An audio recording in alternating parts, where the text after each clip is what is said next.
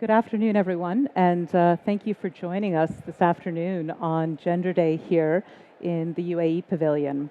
My name's Emily Krebs, and I am delighted to welcome you here to the 9th edition of the WISER Wisdom Series, and I'll be your moderator today. In today's WISER Wisdom Series, we will be joined by some leading international experts in renewable energy, female empowerment, sustainable development, climate action to discuss the imbalanced impact of climate change on women and girls and how best to mitigate them.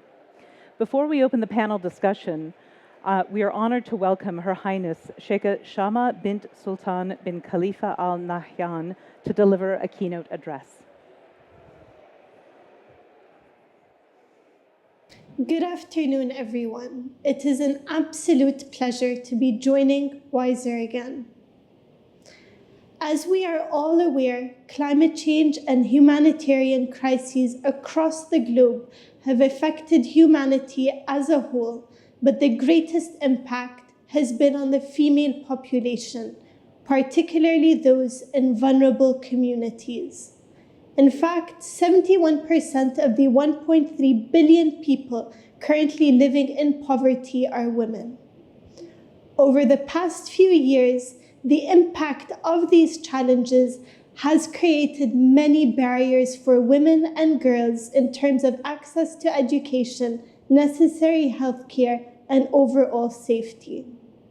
This means there is a heightened risk of unattended births, reduced maternal health services, and unavailability of reproductive health care and information, leaving women and girls unguarded. The communities affected have also faced a setback in educational opportunities, with girls accounting for the majority of children out of school.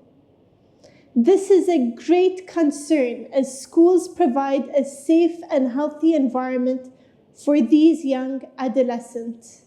Moreover, education is also an important driver of economic empowerment for women. Not going to school has also put girls at a risk of becoming victims of various types of violence, such as forced marriages. In Bangladesh and Ethiopia, for example, child marriages are seen as an opportunity to secure assets and recover losses experienced due to climate disasters. These concerns are further elevated as women also face displacement and the breakdown of normal protection structures and support.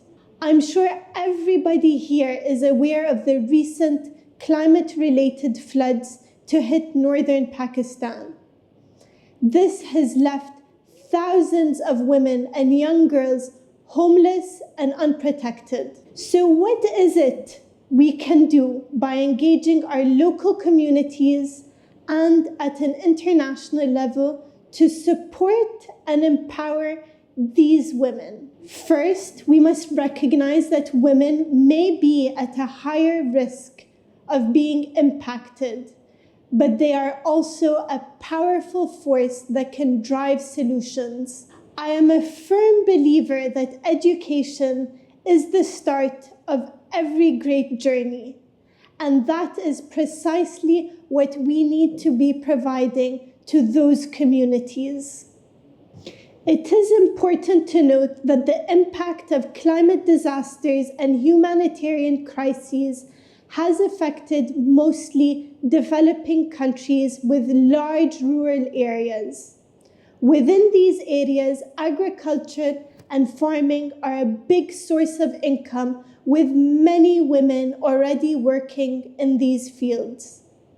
What we need here is for experts in the field of climate-smart farming practices to collaborate and arrange training programs. Teaching them how to farm more effectively in the face of climate change will allow them to sustain livelihood within their communities.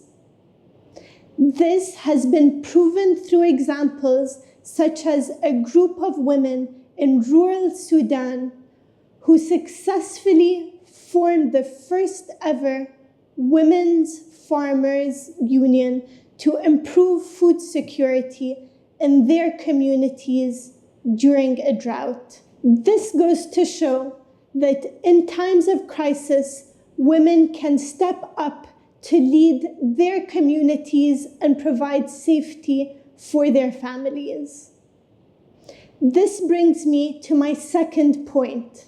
Through partnerships with the right organizations, we need to engage teams who can teach women how to build resilience to climate disasters. Research has shown that women are better than men at making decisions based on what is best for the public. If we equip them with an understanding of how to help mitigate the effects of climate disasters, they will be able to lead and protect their communities. Lastly, it is important to arrange teaching and training with medical professionals so injured women can be treated during times of disaster. With the help of medical volunteers, this initiative can be started by providing basic first aid training to prevent injuries from getting worse. Furthermore, if we can get medical volunteers and female educators to give women the proper knowledge of family planning, feminine hygiene, and how they can stay as healthy as possible during pregnancies, they will be able to better manage their reproductive health. This, combined with first aid training, can help prevent medical problems during childbirth and other emergencies.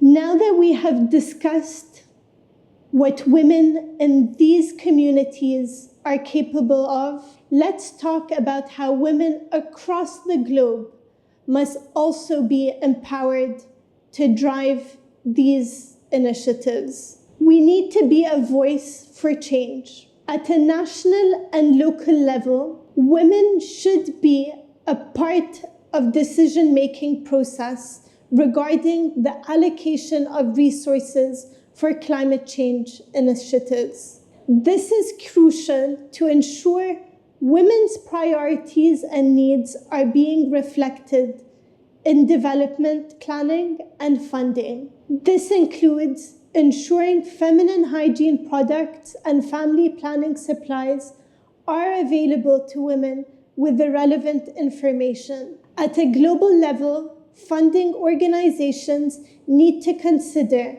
circumstances specific to the social and economic needs of women when developing solutions and technologies to ease climate change adaptation. It is important for women to step up and be involved in the development of new technologies to ensure they are adaptive and sustainable. Moreover, for years, climate scientists have been at the forefront of spreading awareness and bringing change to the affected communities. We must inspire the next generation of young women to enter this occupation, as female climate scientists are able to dig deeper into the problems faced by women in vulnerable communities. Female scientists are in a position where they can understand and determine the best course of action to help and empower the women impacted by climate change. It is also clear that we need more women to step into leadership roles where they can lead the change, which is a major focus area for us at Aurora 50, the organization I have co-founded to support the growth and placement of women in board positions. Our aim is to further amplify this through the recently established UAE Independent Climate Change Accelerators. I truly believe that in order to create true and lasting impact, we must work together.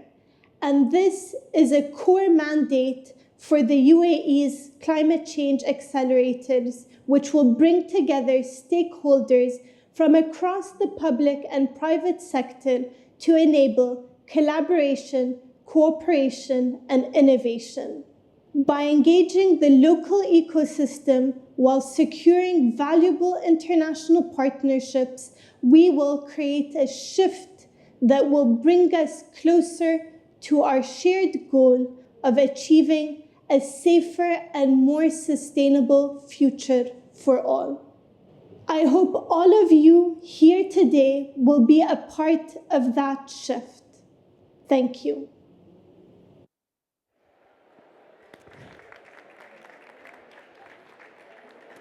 I'd like to thank Her Highness for some truly insightful remarks, and she's set the stage for our discussion on the gender challenges of climate change and how we can harness that power of partnership and innovation to address these challenges.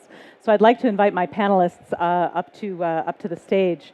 And I have the Honorable Fatou Kinta, Minister of Gender, Children, Social Welfare of the Gambia. Mr. Mohammed Kamal, Head of Institutional Strategic, Private and Gulf Partnerships from Plan International Spain. Mr. Laurent Longuet, CEO of Siraj Power. And Mr. Tariq Mtaira, Director of the Division of Decarbonization and Sustainable Energy from UNIDO. So, welcome.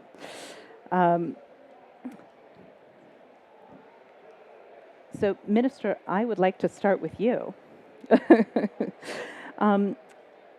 So we heard from Her Highness about the disproportionate impact of climate change on women and children, and the climate crisis does pose a variety of challenges for women, and women are uniquely positioned to act as agents of change. And in fact, she referenced, and I wrote this down here, women are better than men at making decisions about what is best for the public. So in your opinion, what role is COP likely to play in transforming and advancing women's engagement in climate action? I think.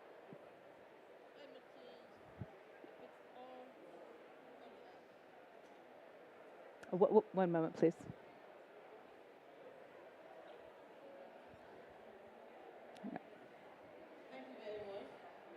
Colleagues, good afternoon, friends.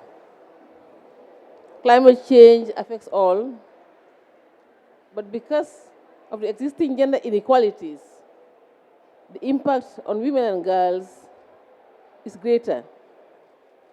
This is so because of their vulnerability. Women's roles include their reproductive role, productive and community roles. They are responsible for collecting fuel wood, water, cooking, and other domestic chores. Subsistence farming and now commercial farming. This includes vegetable production and cash crop production. Over the years, the Gambia has suffered drought, erratic rainfall, and floods. Women and girls were the most hardly hit, and this has amplified the existing gender inequalities and poses unique threats to their livelihoods, health, and safety. In places where water is low, women and girls spend hours fetching water. In some parts of CRR North, horses and donkeys were used to fetch water from very deep wells. The recent flash floods has affected 47,109 people in the Gambia, over 51% of whom are female. They were exposed to a wide range of risks which they were ill-equipped. The effects include loss of housing, foodstuff, and limited access to clean water. Small-scale farming is likely to suffer more direct economic losses due to the combined effects of long-term change and variability, manifested in severe flood conditions, hot temperatures, and water scarcity. Vulnerability to climate change in the Gambia is linked to the country's widespread poverty and limited adaptive capacity to deal with the effects of the changes.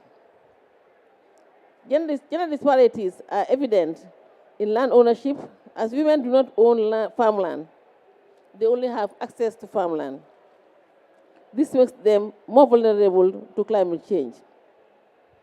Yet real progress in climate change and broader community development cannot be achieved without the full participation and inputs of women and youth. This COP27 is important to women and young people. It's an opportunity to mobilize resources to build capacity of women and young people to take part in climate-smart agriculture, climate-smart vegetable production, and also technology. In my country, young people have been mobilized and trained by an organization to install solar panels. And they are doing so wonderfully well that big organizations are now inviting them to install solar panels. These young people we are going to use as role models and make sure that we get more young women to be trained in the installation of solar panels. This is one area where this conference can build capacity by making sure that we have the resources to build the capacity of young people so that they can be involved in the solar panel installation. And here I'm referring to young ladies. It's ladies who are involved in installation of solar panels. This conference is also very important so that we can mobilize resources to engage women in more climate-smart agricultural activities, more climate-smart vegetable production, just to name a few. When you build capacity of women to be engaged in this, you are able to take care of the women themselves, and then the climate, whatever programs that the climate poses onto the women are able to encounter it by making sure that they are involved in smart farming as well as smart vegetable production. We also need to build capacity of women in technology so that we can address the climate issues. All of this can be made possible through such programs like this conference, where funds can be mobilized to address the issues of women at all levels. It's another way of also building capacity of women in decision making. When women are involved in the decision-making table, at the decision-making table, they are able to address issues of concern to them, more especially issues of climate change. And programs coming from this COP27 will make sure that women are involved in the conceptualization of the projects, the planning, the development, and the implementation. We have to remember that we should not develop programs for women. We should engage them at all levels so that they tell us what their problems are, and together we develop the solutions. In that way, we can develop project proposals for women in which implementation they'll be involved. When they're involved in the design and the implementation of the projects, they own the projects, and then they see it as their own. There's ownership which leads to long-term sustainability. This is key if you want to make sure that programs that we implement for women are well implemented and they continue being implemented even after funding has stopped. Many a time, we develop projects for women. When funding stops, everything stops. But if you involve them from the onset in the conceptualization, the development, the implementation, they make sure that they build in a sustainability mechanism so that when funding stops, it can continue being implemented by the women. Another area that we need support for women is women in entrepreneurship. When you build capacity in entrepreneurship, the women are engaged in activities which are profit-making for themselves and their families. We improve their lives and their livelihoods. When that is done, they improve the welfare of the family. And then, because economic empowerment, as we know, is synonymous to economic empowerment. When a woman is economically empowered, she earns respect for herself at all levels, at family level first, community level, and also at national level. Her status is improved, and she spends her money on the education of her children, or also on the nutrition of the family. The family welfare is improved, and then we are able to improve on our economic development initiatives. Just like the President of America said a few days ago, a smart climate change policy is a smart economic policy. A successful climate change policy is a successful economic policy. So when we engage women from the grassroots, they are able to improve themselves, improve the welfare of the family, their children, and by extension, the welfare of the communities and also the nation at large. Thank you very much. I think that is really very well said, and I'd like to turn now to you, Kamal, to build on the minister's comments, because from Plan International's perspective, how do you see the challenges for girls and young women? In how are they affected in climate change, and how have you seen the work that you're doing and sort of the solutions from that perspective? What have you seen them involved in as well, and how do the minister's comments resonate with you and your work? Thank you so much, Emily, for... I'm happy to pass down. Thank you so much, Emily, for such a very smart question. I think as an organization with more than 80 years of legacy in promoting and protecting the rights of children, girls, and women in more than 75 countries, we have reached a conclusion that climate change is badly and severely affecting the lives of everyone. However, unfortunately, it's girls and women who are the first taxpayers for the bill of climate change. We have been working in many countries, especially in sub-Saharan Africa, Sahel, and Asian countries, and especially during disasters, whether natural or man-made disasters, conflict countries. And we have reached a situation where we are finding millions of girls are exposed to violence, sexual violence, physical violence, verbal violence during disasters and climate change affecting.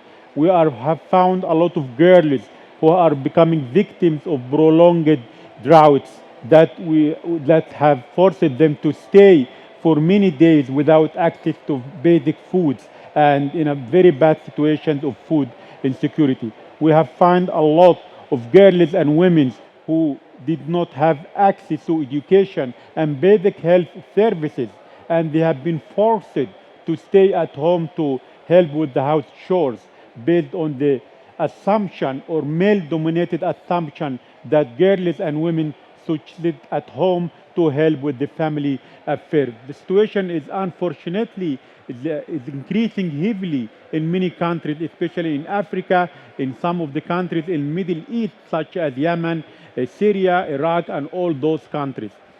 So, when we start to talk with young girls, women, about solutions for such a situation to end and hopefully even put an end not just to climate change-related repercussions, but most importantly to the unjust world that millions of girls and women. The first solution which they have proposed, they said, nothing for us without us. And when we told them, what do you mean by this? They told us, it's no longer enough that governments, corporations, international organizations listen to our voices. No, this is no longer enough.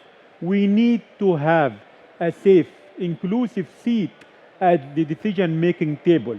We are not only great contributors to decision makers, but most importantly, we are decision makers. We are able and capable of making bold, aggressive, and out of the comfort zone decisions that can really influence not just the local or national agenda, but most importantly, the global one.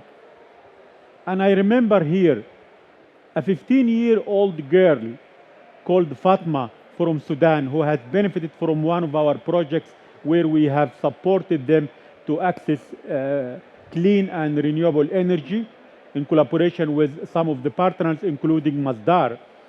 She said, you have to be patient and tolerant when we make mistakes.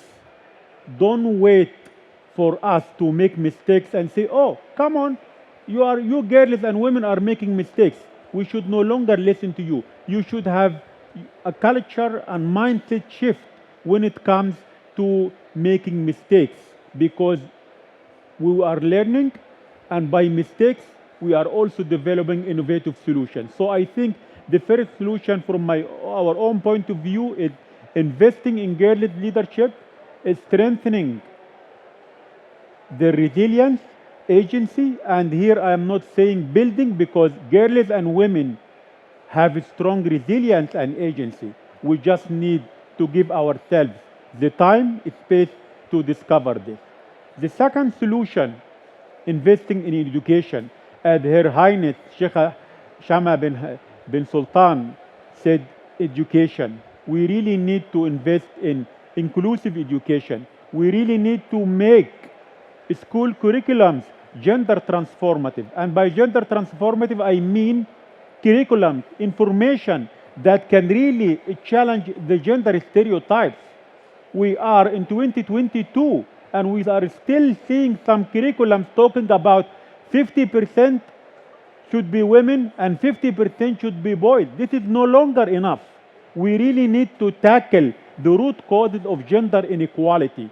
We really need to tackle the power dynamics. We really need to tackle gender discrimination, and education is the key for this. The third one, which is really most important, giving girls and women access to green jobs. Green jobs is not just the future, but it is also the present. That's why we are in Plan International, we are really partnering with global players when it comes to clean and renewable energy as a strategy, not just to empower young girls and women economically and socially, but also to help them continue growing up as active social agents capable of making and leading their own lives, their own countries. Today in the morning, I had the honor and the pleasure of moderating a session where I heard to one of the girls from Senegal. And I told her, if we assume that you will be the United Nations High Commissioner for Climate Change, what will you do? She told me, I will force the world not just to listen to us, but most importantly, to give us the power to make decisions, to make informed decisions, to make our own choices. I think this has been really very, very powerful. The third recommendation is about, we are talking about girls and women, but most importantly, we need also to pay positive discrimination towards girls and women who are disabled, girls and women who are out of school, girls and women who are living, experiencing conflict areas, living in conflict countries. We really need to promote and support and give a priority to those girls. And finally, we are not talking about allocating financial resources. Again, it's no longer enough. Time has become our enemy. While 15 years ago, it was our friend, but now it has become our enemy. So I think we really need to connect the global north to the global south. Climate change is affecting every country, but Africa, Asia are the least contributors, but they are the highly affected people. And unfortunately, it's also girls and women who are living in such continents. Thank you. Kamal, thank you very much. I think you've given and tied very nicely off the minister's remarks. Laurent, I want to move to you next because you heard Kamal's comments on the importance of green jobs. So Suraj Power, you've got a unique solution in distributed renewable energy. Can you talk from your perspective on, with WISER and renewable energy and a lot of what we've heard here about the importance of bringing women and young girls into climate change and the opportunity for distributed renewable energy to really address that opportunity? Yeah, first, thanks very much to give me the opportunity to be on this panel. In Siraj Power, we do solar. We do distributed solar. So we are not looking at big projects. We are looking at smaller projects. And I believe that we can be part of this to the solution to this major issue we have been discussing on this panel. Distributed solar, I think for two main reasons. The first one is a matter of culture. They have been working for long in an oil and gas company, and oil and gas companies or large power companies have been operating for decades, mostly managed by men, actually. So it's a matter of culture in these companies that whenever there is a job, it's necessarily a job for a man, and because it has been occupied for decades by a man, when you replace it another man, and at the end, these companies offering opportunities mostly for men. I think we have the chance in the distributed solar to be in a different situation. It's new. Producing power locally, it's not something that has been existing for decades. So the players in that field are new into the game, and our company is the largest in the UAE in this region, but we are only 5 years old actually.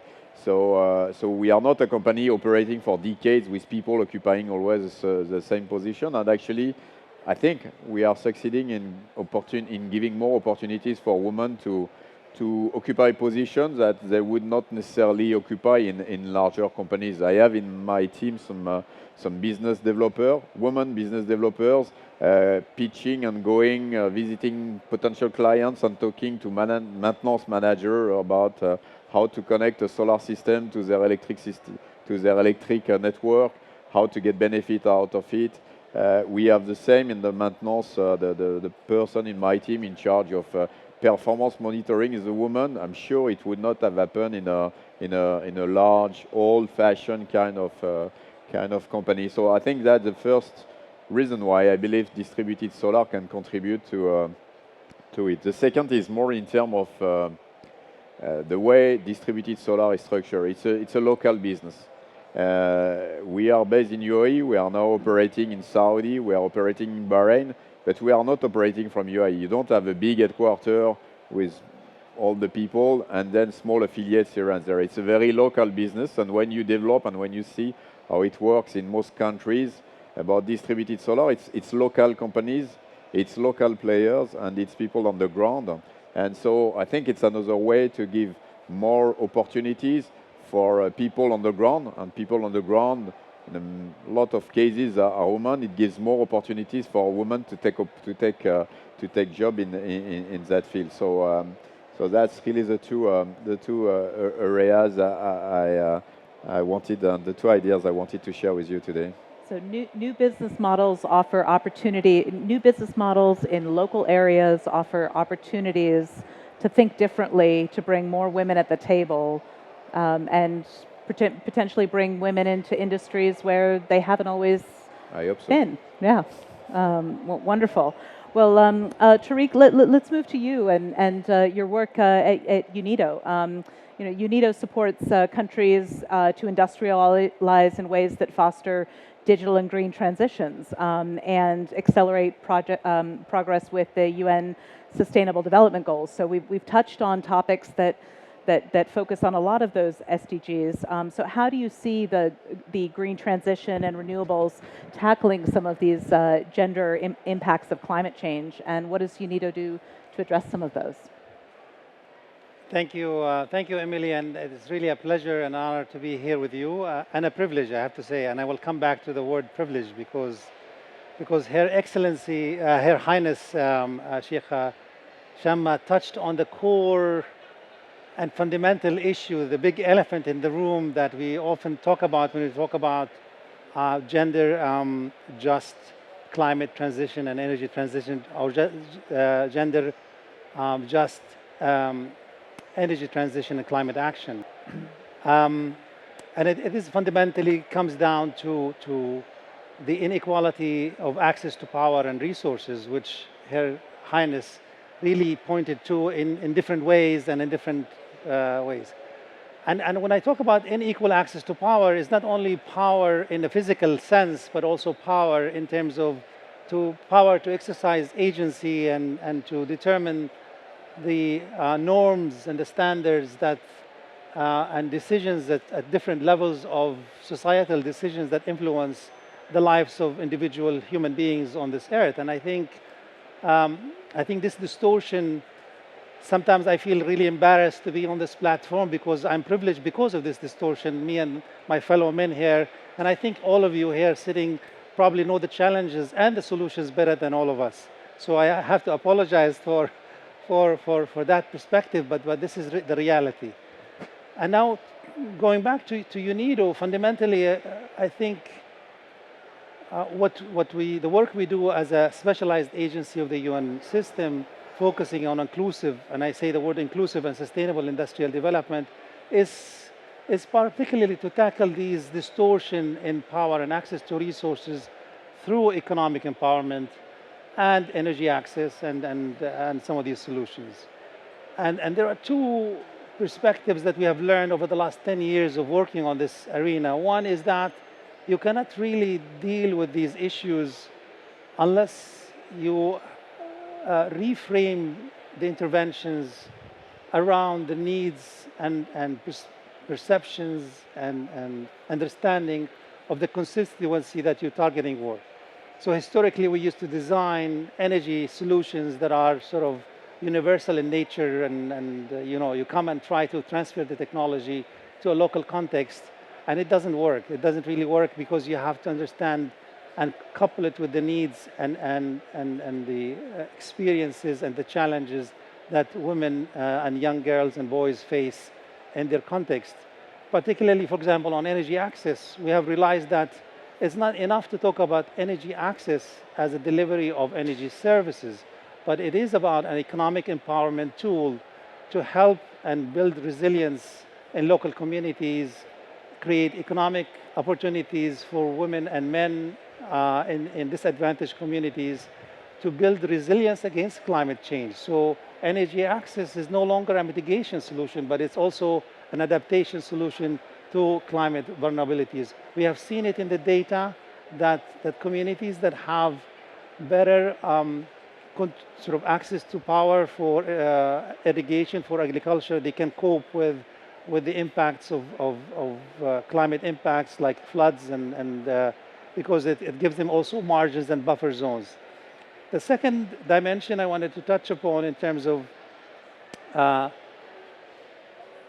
the climate challenge is also an enormous opportunities where we see the need to build targeted programs around leveraging the energy transition and climate action to create entrepreneurship opportunities and businesses for young men and women, and particularly for women entrepreneurs. We run in UNIDO the largest clean tech accelerator that provides support services to young entrepreneurs that deliver solutions around climate technology and climate services and energy services.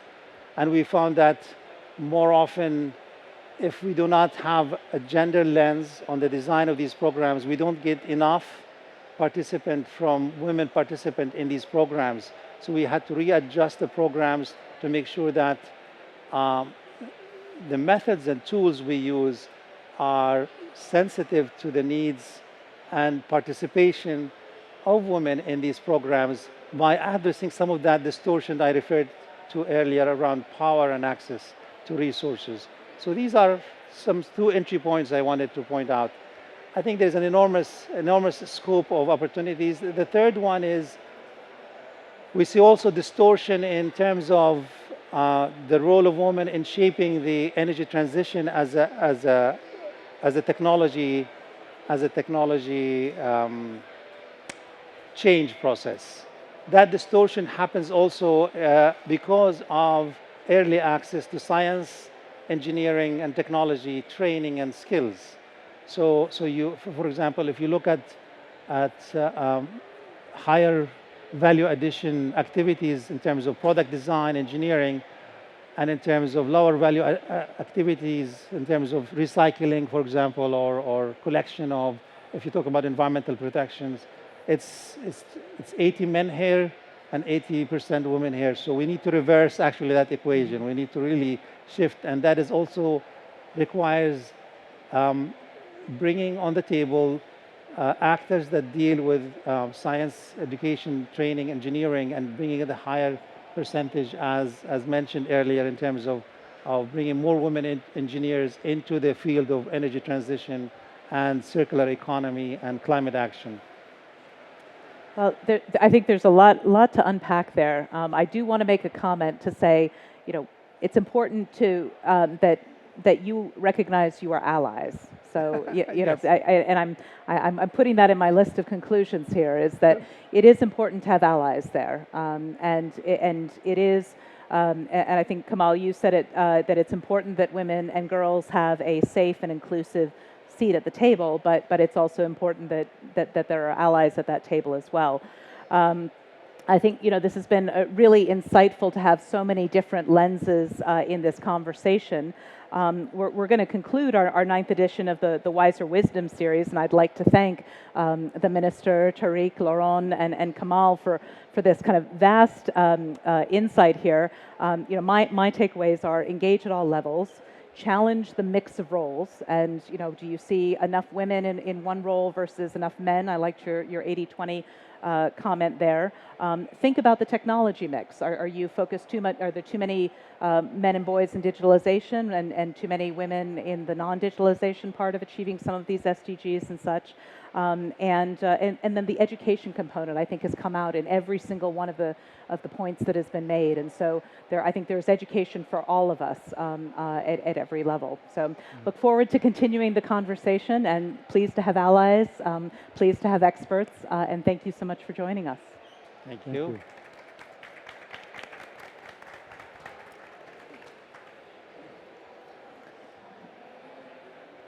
Minister, thank you so much.